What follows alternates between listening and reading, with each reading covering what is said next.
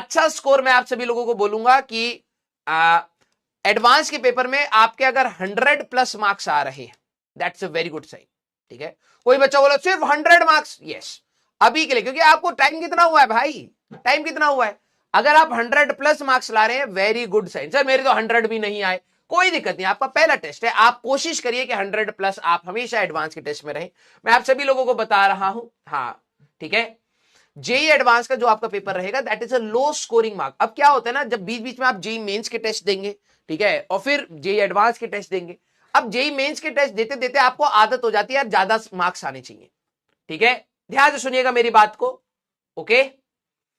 जिन बच्चों को ये लग रहा है कि सर मेरे मार्क्स कम रह गए, ठीक है, कोई घबराने वाली बात नहीं है बेटा। देखो एडवांस तक के प्रोसेस को हमें फॉलो करना पड़ेगा, वो कठिन है, ठीक है, ऐसी नहीं ना दुनिया के टफेस्ट एग्जाम्स में आता है, तो वो कठिन है। लेकिन आप अपने आप को हमेशा मोटिवेटेड रखिए कि यस इस बार मेरे मान लीजिए 50 मार्क्स आए या 60 मार्क्स आए, अगले वाले में मेरे को और इंप्रूव करना है, और ज्यादा ग्रोथ आएगी नहीं। आप ये समझिए कि अगर आपके 50 मार्क्स आए तो आप नेक्स्ट वाले में टारगेट रखिए 60-65 तक मेरे को पहुंचना है। अब कोई बच्चा बोलेगा सर बस 10-15 मार्क बढ़ाने, यस यस, आपको एक दो क्वेश्चन का ही टारगेट ले लेके आगे बढ़ना होता है। एडवांस का पेपर जो है that is low scoring mark बेटा, ठीक है, लो स्कोरिंग, उसमें आपका सिलेक्शन हो जाता है। अगर आप 30-40% के अराउंड ही स्कोर कर रहे हैं तब भी आपका आराम से सिलेक्शन हो जाता है कॉलेज में। क्लियर? यस, हाँ, दोनों टेस्ट का मिला के मैं आपको कह रहा हूं, ओके, यस, दोनों टेस्ट का अगर आप मिला करके 100+ अगर आप आ रहे हैं that's a good sign for the starting point. और अगर सर मेरा कम आ रहा है तो आप नेक्स्ट एडवांस के पेपर के लिए आप कोशिश करिए 10 या 15 मार्क्स और जोड़े जाए। फिजिक्स में एक सवाल और सही करना है, केमिस्ट्री में एक सवाल और सही करना है, मैथ्स में एक सवाल और सही करना है। आपको लग रहा होगा ये तो बहुत छोटा टारगेट दे रहे हो सर, टारगेट भले ही छोटा, लेकिन वो एक सवाल ट्रिकी होगा, वो एक सवाल कठिन होगा, वो एक सवाल कैलकुलेटिव होगा, वो नॉलेज बहुत ज्यादा डिमांड करेगा, तो वो एक सवाल जोड़ना भी कठिन होता है। ठीक है, क्लियर? यस, जिनके 100+ आ रहे हैं वेरी गुड। अब आपको इसका घमंड नहीं करना है, कोशिश करना है या तो इस मार्क्स को रोक के रखे या फिर आप इससे और आगे बढ़े।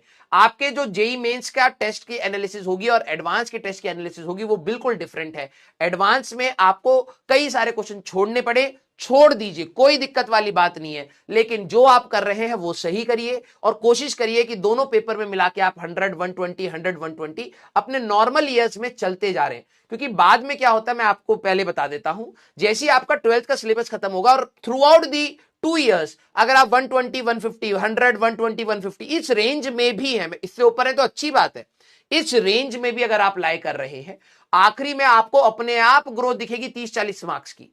क्योंकि क्या होता है कि जब सारे कंसेप्ट्स आपके पढ़ा दिए जाते हैं तो कुछ एडवांस के क्वेश्चन होते हैं जिसमें इंटरमिक्सिंग ऑफ द कंसेप्ट्स होती है, फिर वो भी सवाल आपसे होने स्टार्ट हो जाते हैं। ठीक है, तो आप अपने आप को बिल्कुल भी परेशान मत फील कराइएगा, बिल्कुल भी ये मत करना कि मैंने तो सर इतनी मेहनत करी थी मार्क्स ही नहीं आए।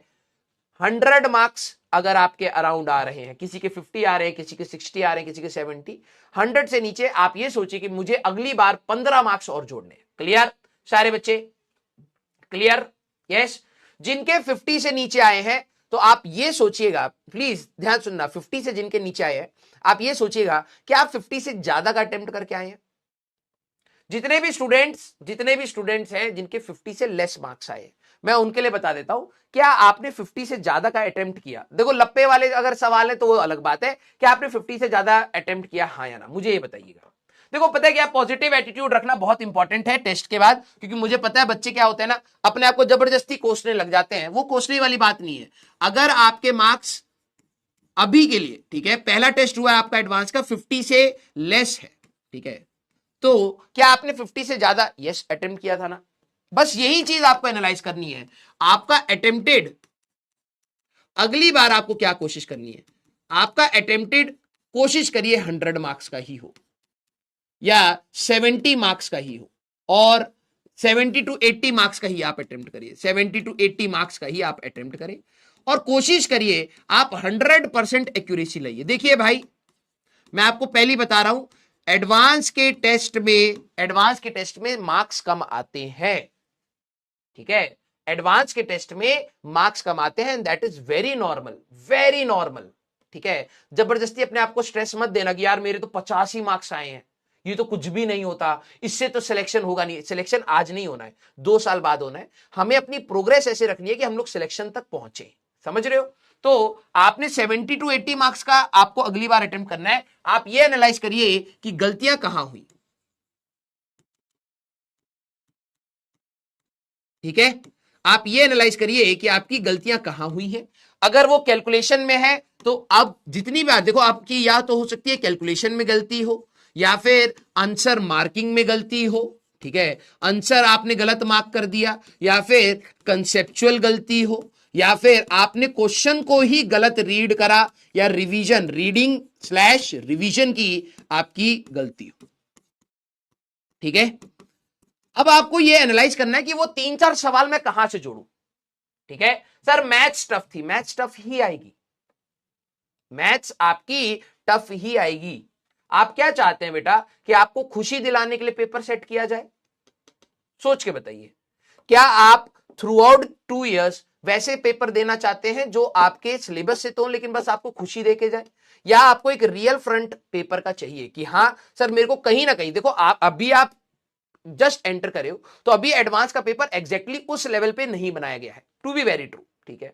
कोई बाहर का आपका दोस्त बोले भाई ये कैसा एडवांस का लेवल है, ठीक है भाई कोई दिक्कत नहीं है, अगला पेपर देखना इससे और कठिन बने, धीरे धीरे धीरे धीरे लेवल आपके एडवांस में भी बढ़ाया जाएगा, ठीक है। उसका रीजन यही है क्योंकि आप अगर अभी 10 मार्क्स आते ना आप छोड़ देते, ऐसे छोड़ने की जरूरत नहीं होती, ये कम स्कोर से ही अपना पॉजिटिव एटीट्यूड बना के आगे जाना पड़ता है। तो मैथ्स आपकी टफ आएगी, आपको हमेशा रेलिवेंट पेपर आना चाहिए, वो इंपॉर्टेंट है। रेलिवेंट पेपर अगर आप सॉल्व कर रहे हैं तो आपको रियल एनालिसिस कहीं ना कहीं पता चलती है, क्लियर। हाँ, तो अब मैथ्स टफ है तो उसका सोल्यूशन क्या है? प्रैक्टिस और इंक्रीज करनी पड़ेगी, है ना, उसकी प्रैक्टिस और इंक्रीज करनी पड़ेगी। भाई देखो, आपको जिनके मार्क्स 50 से कम है, आपने डेफिनेटली 50 से ज्यादा का अटेम्प्ट किया है, वो क्यों गलत हुआ उस पर नजर रखो। 10-20 मार्क्स भी अगर आपके वो गलत नहीं होते तो आप 60-70 की रेंज में तो होते, है ना। तो ये सोचना कि अगले टेस्ट में भाई मेरे को 60-70 की रेंज तक अगर पहुंचना है, पहले मेरा टारगेट ये है कि 60-70 तक पहुंचूंगा। सीधे ये मत सोचना कि 120, 150, 200 जाना है, नहीं। अगर आपका स्टार्टिंग पॉइंट अगर 50 या 50 से लेस है तो आपने जो अटेम्प्ट किया वो गलती नहीं करनी, 60-70 तक मैं विदाउट गलती पहुंचूंगा। फिर जब आप 1-2 टेस्ट में 60-70 की रेंज में है, फिर आप सोचेंगे यार कि अब मेरे को 20-30 मार्क्स और जोड़ने हैं, हर सब्जेक्ट में 1-2 सवाल का और टारगेट बनाना है, और अच्छे से प्रैक्टिस करनी है। ये मार्क्स आपके धीरे धीरे धीरे धीरे बढ़ते हैं। जेई मेंस में आपको बहुत ज्यादा फ्लक्चुएशन देखने को मिल सकता है कि अगला टेस्ट आप बहुत अच्छे से फोड़ दें और अगले टेस्ट में नहीं। एडवांस में आपके कंसिस्टेंटली लो मार्क्स रहेंगे और लो को धीरे धीरे इंक्रीज करना है, क्लियर। यस, हाँ।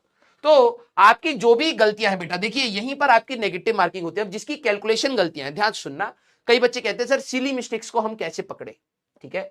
मैं थोड़ा सा आपको ओरिएंटेशन दे रहा हूं, रीजन बीइंग क्योंकि आपका फर्स्ट एडवांस का टेस्ट हुआ है, अब अगला भी आपका टेस्ट शायद आई थिंक जेईई मेंस का है, फिर जेईई मेंस का है, फिर एडवांस का है। तो आप अपने नेक्स्ट टेस्ट के लिए अभी से तैयारी करिएगा, ठीक है। कैलकुलेशन में क्या होता है, जब आप प्रैक्टिस कर रहे होते हैं आपसे गलतियां होती कहां है, जो मैंने बच्चों में देखी और अपने खुद में देखी है। एक तो होती है ब्रैकेट ओपन करना, ब्रैकेट ओपन करना, फिर आपकी हो जाती है क्रॉस मल्टीप्लीकेशन में, ठीक है, क्रॉस मल्टीप्लाई करा, रेशियो गलत ले लिया, ठीक है, फिर इक्वल टू के इस साइड से इस साइड ले जाके साइन चेंज नहीं करा, ठीक है, ये वाली गलतियां होती है। और सिंपली एडिशन 2+2 या 3+2 को 5 लिखना था, आपने मल्टीप्लाई कर दिया। बहुत बेसिक मैथमेटिक्स की गलती होती है, बेसिक मैथ्स, ये आपकी कैलकुलेशन में एरर होती है, हाँ या ना, यस और नो, ठीक है। हाँ, मैं आपको बता रहा हूं। अब देखो थोड़ा सा ओरिएंटेशन में टाइम लगेगा, लेकिन इसको कैसे इंप्रूव करना है आगे वाले टेस्ट में, कैसे हम लोग देखें, आप एनालाइज करेंगे तो कहीं ना कहीं यही गलतियां होती है कि आपने रेशियो गलत ले लिया। सर मेरे को A1/A2 का रेशियो निकालना था, मैंने A2/A1 का रेशियो निकाल करके मार्क कर दिया। और आप इस पर अपने आप को कोसिएगा मत, मैं लिटरली बता रहा हूं, ये गलतियां हमसे भी होती है एज बीइंग अ टीचर, ये स्टूडेंट से भी होती है। वो एग्जाम में कई बार क्या होता है कि प्रेशर बोलिए या टेम्परामेंट बोलिए मैच नहीं करता, उसकी वजह से गड़बड़ होती है। और ये आप मेहनत करेंगे तो हो सकता है फाइनल एग्जाम में भी हो ही जाए। कोशिश ये कर सकते हैं इसको हम मिनिमाइज कर ले। मिनिमाइज, सर ये खत्म कैसे होंगी ये बवाल? ये खत्म होगी जब आप प्रैक्टिस कर रहे हैं, मेरे वर्ड को सुनना, जब आप प्रैक्टिस कर रहे हैं ना, जब आप प्रैक्टिस कर रहे हैं तो आप अपने क्वेश्चन को ना फुल सॉल्व करिए। आप ये मत सोचिए मैं स्टेप्स मिस करूंगा, फुल स्टेप्स लिख के सॉल्व करिए। मैंने इससे इंप्रूव होते हुए देखा है बच्चों को। फुल स्टेप्स लिखिए। सर इसमें तो टाइम ज्यादा लगता है, तो भाई तू गलत आंसर निकालने से बेटर है कि तू समय ज्यादा ले ले भाई। तू 5 क्वेश्चन की जगह 3 सवाल कर, लेकिन 3 ढंग से सवाल सॉल्व कर, क्योंकि एग्जाम में भी वही एटीट्यूड तू लेके जाता है, तू ज्यादा क्वेश्चन पर जा रहा है और नेगेटिव खा के आ जा रहा है। तो पहले हमें अपने नेगेटिव को कंट्रोल करना है, ठीक है। तो फुल स्टेप से करिए। जब आपका क्रॉस मल्टीप्लाई में आपको दिक्कत लग रही है तो एक स्टेप बढ़ा दीजिए भाई, एक स्टेप बढ़ा दीजिए। ब्रैकेट में अगर गलती लग रही है तो ब्रैकेट डायरेक्टली ओपन ना करके एक एक स्टेप बढ़ा करके आप अपने सॉल्व करिए, और धीरे धीरे प्रैक्टिस के साथ आपको ये क्लियर होगा। आंसर मार्क करने में लिए 2 स्टेप वेरिफिकेशन कर लीजिए। यार जब आपको पता है कि आप आंसर गलत मार्क करते हैं ठीक है, अगर आपको पता है कि सर मेरे से गलती हो जाती है, कई बार मैं जल्दबाजी में ऑप्शन ए सिलेक्ट करना था, मैंने डी सिलेक्ट कर लिया, देखा सिमिलर सिमिलर से लग रहे थे, मैंने रीड नहीं करा। 2 स्टेप वेरिफिकेशन। 2 स्टेप में मतलब पहले आप आंसर को लिख लीजिए, इसका आंसर ए होगा।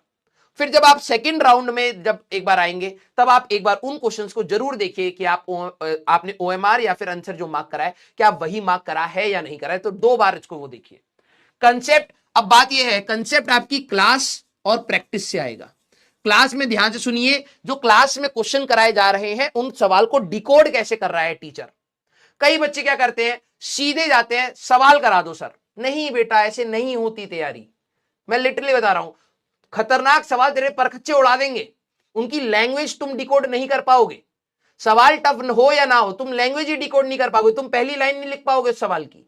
तो आपको क्या करना है, जब क्लास में पढ़ाया जा रहा है फुल कंसंट्रेशन से सुनिए, कौन से टीचर कौन से वर्ड से सवाल को सॉल्व करना स्टार्ट कर रहा है।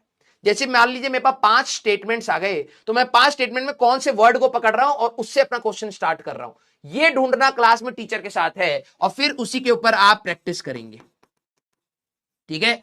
अब रीडिंग एंड रिवीजन, ये भी वही प्रैक्टिस के साथ ही हमारे पास एसोसिएटेड है। क्लियर।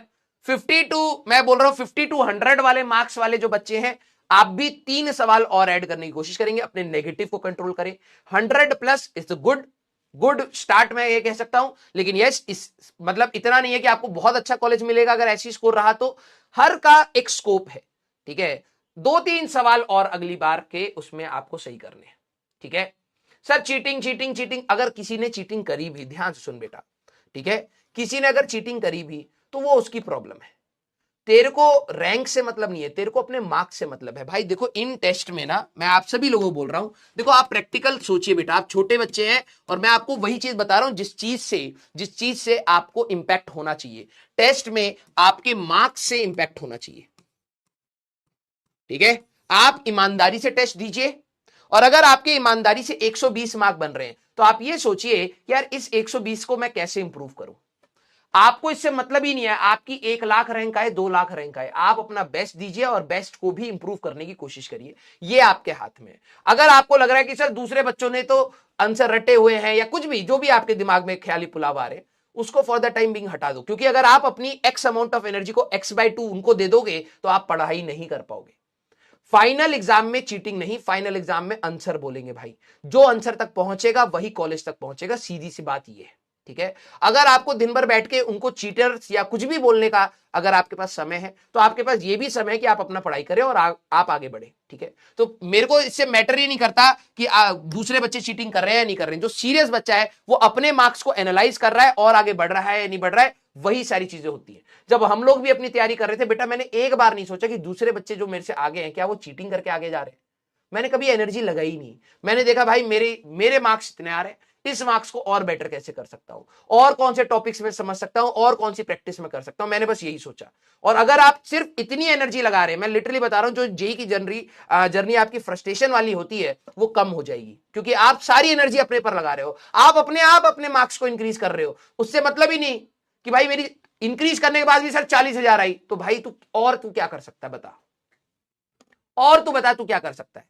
तू अगर अपने मार्क्स को इंक्रीज करने के बाद भी, तू फुल पोटेंशियल के बाद भी तू 40,000 रैंक पर आ रहा है, तो इसके बाद तेरे हाथ में और कुछ था भी नहीं ना। तू तो अपने मैक्सिमम पोटेंशियल पर आ गया ना इस तैयारी में, इससे ज्यादा तो तू कर नहीं सकता है। अब तू दूसरे को थोड़ा ना पुल डाउन करेगा कि भाई तू 40,000 मत ला, ऐसा नहीं होता बेटा, ठीक है। तुम्हारे हाथ में तुम्हारा प्रोग्रेस है, और तुम्हारा प्रोग्रेस तुम्हारी मेहनत डिसाइड करती है। ठीक है, अपनी एनर्जी को सिर्फ अपने ऊपर लगाओ, देखो कि क्या गलतियां हुई हैं, उन गलतियों को मत दोहराओ और कॉन्शियसली अपने आप को एग्जाम में बोला करो, भाई मैं क्रॉस मल्टीप्लाई में गलती करता हूं, मैं रेशियो लेने में गलती करता हूं, मैं ब्रैकेट ओपन करने में गलती करता हूं, मैं क्वेश्चन को कंप्लीट रीड ना करके पहले ही सॉल्व करना स्टार्ट कर देता हूं, ये मेरी गलतियां, इस बार मैं नहीं दोहराऊंगा। और आप जब ये बार बार बार बार टेस्ट में करेंगे तभी आप फाइनल एग्जाम के लिए तैयार हो पाएंगे। आप में से कई सारे ऐसे बच्चे होंगे जो टेस्ट नहीं देना चाहेंगे because of backlog and revision. ठीक है, मैं एक बहुत कड़वी बात बोलना चाह रहा हूं, ठीक है, आपको दुख होगा लेकिन अच्छे टाइम पर आप समझ सकें तो अच्छी बात है। आप जिस दिन फाइनल एग्जाम में भी बैठेंगे ना बेटा, उस दिन भी आप रिवाइज पूरा नहीं कर पाएंगे, उस दिन भी आपका कुछ ना कुछ छूटा होगा। मेरे को ना ये चीज बच्चों को बता बता के मैं शायद, मुझे लगता है कि मैं शायद सेचुरेट आउट हो गया हूं, थक गया हूं, लेकिन मैं आपको बता रहा हूं फाइनल एग्जाम से पहले, अब जो समझदार होगा ना, जिसके दिमाग में ये बात छप गई, वो स्ट्रेस फ्री तैयारी कर पाएगा। फाइनल एग्जाम से पहले भी आपका रिवीजन प्रॉपर नहीं होगा, टॉपिक्स में कंफ्यूजन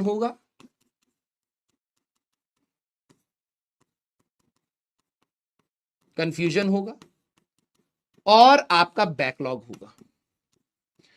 आप लोग बहुत इमेच्योर होंगे, मैं लिटरली बता रहा हूं, आप लोग बहुत ही ज्यादा इमेच्योर कहलाएंगे इस तैयारी में, जो ये मान लेगा कि यार आज मेरा बैकलॉग था, आज मेरा रिवीजन नहीं था, इसलिए मैं टेस्ट नहीं दूंगा। बहुत कतई इमेच्योर, क्योंकि 2 साल वेट कर लीजिएगा।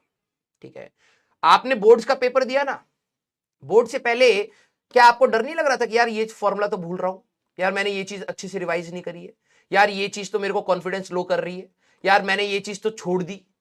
आखिरी मोमेंट तक आपके साथ होगा। अगर 10वीं का सिलेबस जो ये मात्र है ना, उसमें अगर आपको 0.1% भी फीलिंग आ गई थी एग्जाम से पहले कि यार मेरा ना, मैं चीजें भूल रहा हूं, मेरे को रिवाइज नहीं हुई है, तो गारंटेड है JEE advance and JEE main से पहले आपके अंदर ये फीलिंग बहुत भयंकर होगी कि यार मैंने तो इतनी सारी चीजें पढ़ी है, इतने सारे सेंटर ऑफ मास, इतने सारे मोमेंट ऑफ इनर्शिया, इतने सारे फॉर्मूला, केमिस्ट्री में, इनऑर्गेनिक में, ऑर्गेनिक में रिएजेंट्स, मैथ्स में फॉर्मूले, एक्सपेंशन, ये वो मेरे को कंफ्यूजन हो रही है।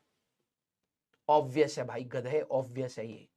और तू अगर इसी बहाने के चक्कर में टेस्ट नहीं देगा ना, तो मैं लिटरली बता रहा हूं, तू इस फियर को एग्जाम में पकड़ नहीं पाएगा। वो इतना डोमिनेट कर देगा ना, तेरे से सवाल नहीं हिलेंगे, आते हुए सवाल नहीं हिलेंगे।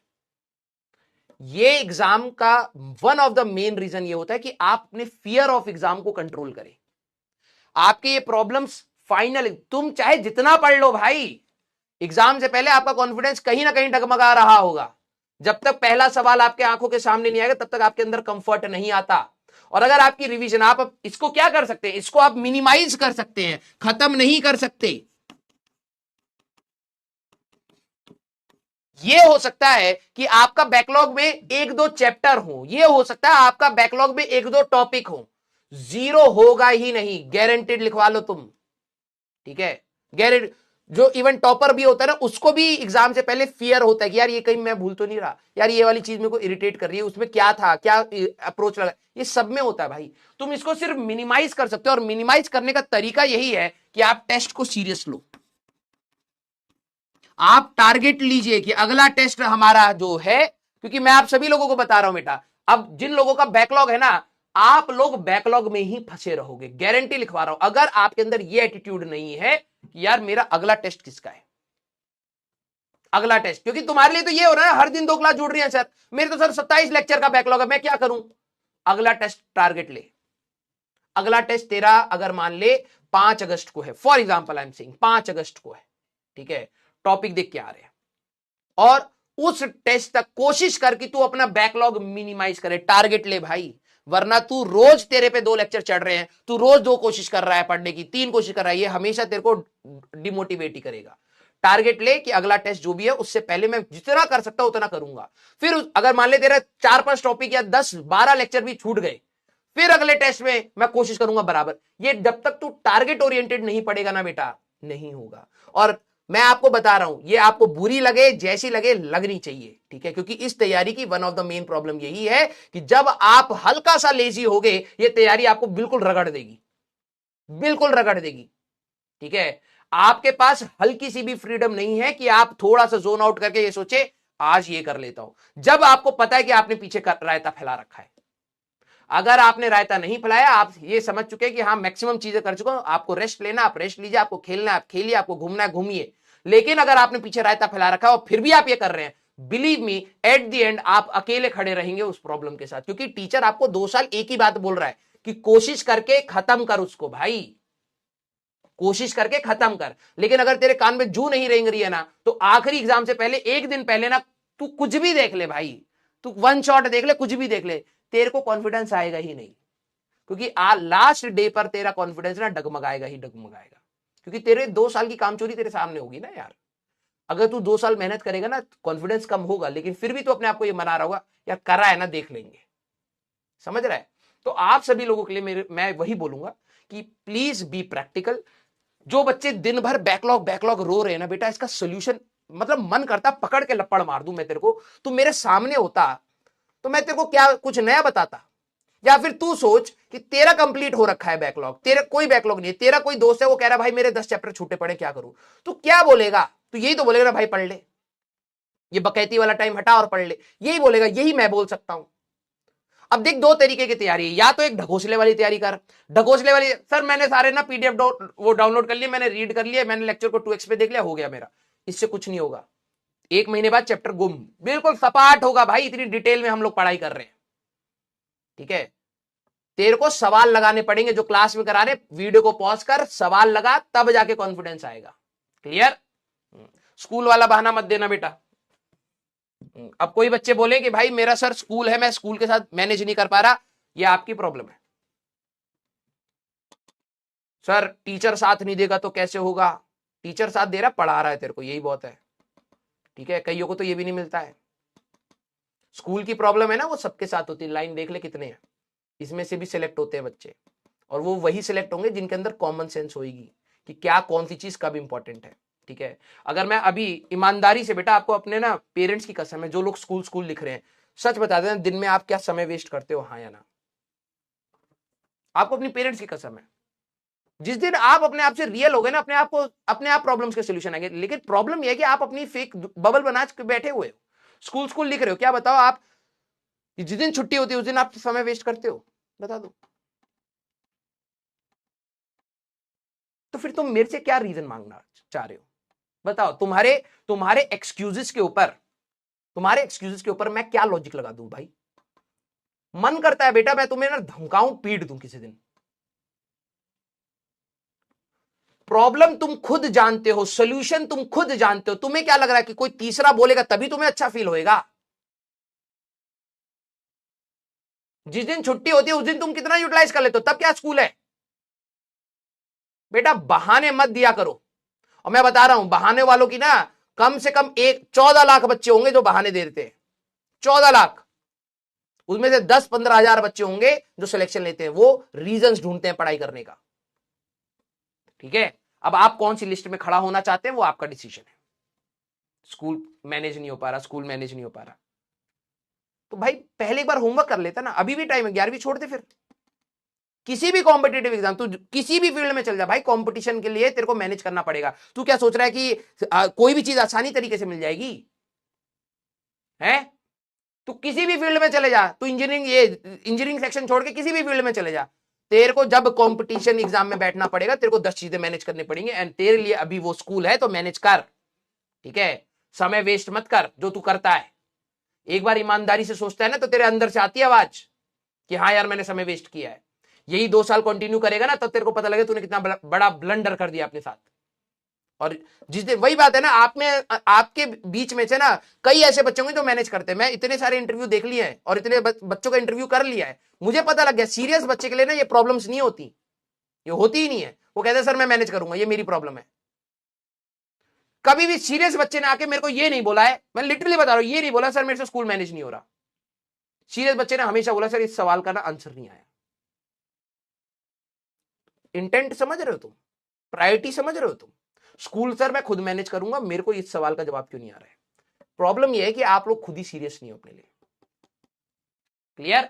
तो बेटा जो लोग ये स्कूल स्कूल स्कूल करते हैं ना, देखो भाई सीधी सी बात है, हंसी मजाक से तो मैं पढ़ाता हूं, लेकिन मेरे को जब लगता है ना कि आप लोग बहुत इजीली चीजों को समझ ले रहे हो, ठीक है, मैं आपको पहले बता रहा हूं, आपकी बारी में 14 लाख बच्चे बैठे, 13 लाख बैठे, 15 लाख बैठे, 10 लाख बैठे, सिलेक्शन 10-15 हजार का ही, 10,000 का ही एडवांस के थ्रू अच्छे जगह पर हो जाएगा, उसमें से भी 5,000। ठीक है सर, अब तो डर लग रहा है, लगना भी चाहिए, क्योंकि यही तेरी रियलिटी है भाई।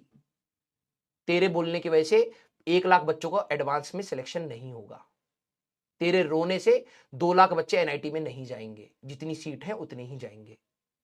ठीक है, अब तेरे अंदर वो गट्स है, हिम्मत है, एटीट्यूड है कि तू उन बच्चों में घुस सके, तो वो तेरे ऊपर है। ठीक है, कंटेंट सभी के लिए सेम है, तू कहीं पर भी चले जा, ऑफलाइन चले जा, ऑनलाइन चले जा, यही सारी चीजें बताई जाएंगी। इसके बाद 80% स्टूडेंट के ऊपर होता है, और जब 80% की बात आती है ना, बच्चा बैकआउट, भाई मेजॉरिटी मुझे करना है, मैं कैसे कर लूंगा, टीचर को बोलते हैं, टीचर करवा देगा, स्पून फीडिंग की आदत है। ठीक है, तो मेरे को बेटा प्लीज आप लोग इररिस्पॉन्सिबल होकर सवाल मत पूछा करिए, बिल्कुल इररिस्पॉन्सिबल होकर सवाल मत पूछा करिए। सर स्कूल कैसे मैनेज होगा, कैसे मैनेज करते हैं, नहीं तो पढ़ के ही होगा ना, या तो मैं बोल दूं भाई स्कूल मत कर, उससे मैनेज हो जाएगा तेरा स्कूल, क्या बोलूंगा मैं, ज्यादा से ज्यादा यही बोलूंगा ना कि भाई जो फ्री टाइम है वो थोड़ा सा मैनेज कर, और कोई रास्ता नहीं है भाई। मिसमैनेजमेंट होएंगी, लेकिन हमारा ग्राफ ऊपर की साइड जाना चाहिए, हमारे मार्क्स बढ़ते रहने चाहिए, हमारे सवाल होते रहने चाहिए, हमें कंसेप्ट समझ आता रहना चाहिए, हमें रोना नहीं है इस पर। क्लियर बेटा, आप लोग ना अब पहला कदम रख चुके हो, अब 11वीं में, सीरियसली बता रहा हूं। ठीक है, जो आप सभी लोगों ने सुना था ना कि जेई एडवांस की तैयारी टफ है, वो बहुत फ्रंट पर टफ है, कॉम्प्लेक्स नहीं है, मैंने पहले ही बोला था, कॉम्प्लेक्स नहीं है, टफ है। अब यही जो मैनेजमेंट है ना, अब क्या होता है, ये सारी जब चीजें आती हैं, बच्चा स्ट्रेटजीज ढूंढता है, किसी तरीके से इस चीज को मैं एक्सक्यूज बना के हटा ले जाऊं, वहां आती है प्रॉब्लम। फिर होते तुम डिविएट, और 4 दिन के बाद करने के बाद पता लगता है यार इससे तो सोल्यूशन ही नहीं आ रही, तो शॉर्ट टर्म था।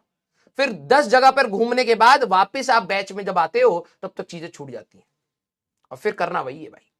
एग्जाम से पहले भी तू यही करेगा, देख लेना, तेरे को यही नोट्स पढ़ने होंगे, यही सवाल लगाने होंगे, इसके अलावा तू कोई नई चीज कर रहा हो तो अलग बात है, मेजॉरिटी तू यही कर रहा होगा। ठीक है, पीवाईक्यू लगाएगा, क्लास के कंसेप्ट समझेगा, टेस्ट देगा, सब यही करेगा एग्जाम से पहले। अभी जितनी स्ट्रेटेजी बनानी है, जितनी फालतू बकवास करनी है, जितने एक्सक्यूजेस बनाने तू बना ले। ठीक है, एग्जाम से 1 महीने पहले, जब मैं बता रहा हूं 12वीं खत्म होगी तुम्हारी नवंबर के लास्ट तक, जनवरी में तू और कुछ सुनेगा ही नहीं, किसी की नहीं सुनेगा, फिर कोई स्ट्रेटेजी नहीं, चुपचाप, पता है पीवाईक्यू लगाने हैं, पता है टेस्ट देने हैं, एआईटीएस देना है, प्रॉपर रिवीजन करनी है, तब लगा लिए ना ये स्कूल कोई नहीं रोता उस समय बेटा, स्कूल से समझ आ जाती है भाई, अब समय नहीं, अब करना है। ठीक है, आइए बेटा, रोने वाले बच्चे मत बनो, पहली मैं बता रहा हूं, एक एटीट्यूड रख लो फाइटर का, कि भाई प्रॉब्लम आ रही है, हेड ऑन सॉल्यूशन ढूंढना पड़ेगा। ठीक है, रो नहीं सकते हम, बिट सेट एंड एडवांस सारी चीज बेटा, देख कंटेंट एक ही है, बकवास फिर वही बात। आ जाओ भाई,